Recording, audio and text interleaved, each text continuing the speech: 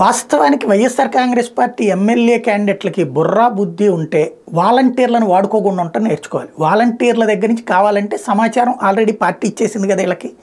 ఎవరెవరింటికి ఏమేం జరిగింది ఇంతకుముందు కాగితాలు కూడా సబ్మిట్ చేశారు కదా. అలాగే గృహసారథులు అని చెప్పేటువంటి వాళ్ళతో వాలంటీర్లతో కలిపి ఇంటికి తిప్పింది కదా. కాబట్టి వాళ్ళని పెట్టుకుని తిరిగితే సరిపోతుంది కదా. వాలంటీర్లను వాళ్ళ ఉద్యోగం వాళ్ళని చేసుకొని ఇస్తే రేపు నెలకు వచ్చేటప్పటికి ఏ ఇబ్బంది రాకుండా ఉంటుంది. అప్పుడు వాలంటీర్లు వాళ్ళ విధి వాళ్ళు నిర్వర్తిస్తారు.